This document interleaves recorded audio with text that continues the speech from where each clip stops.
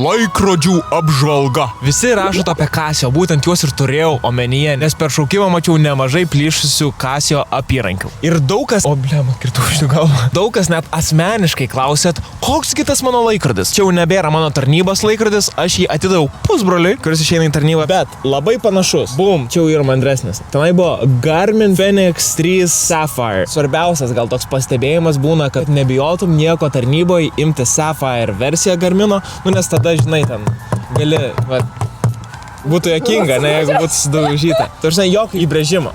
Čia geriausias dalykas yra šito Garmino. Taip pat, jeigu ten pasiklysta, tarkim, kažkur per orientacinį galėtumėt naudotis, kad koordinatę susivest, užsirašyti kažką galima įsidėti. Aš sakyčiau, kad čia yra geriausias, patvariausias, ten nebijo vandens nieko. Čia yra labai geras sprendimas. Aš savo Garmin Fenix 3 Sapphire pirkau už skelbimų 5 eurų. Prie Casio dasmeskit 2 eurų, suprant, čia toks random pirkinys, gal biškai per brangus tiesiog tarnybai. Po to įsimylit Garminą ir keičiat ir einat tolyn. Aš esu Garmino fanų klubo komandoje.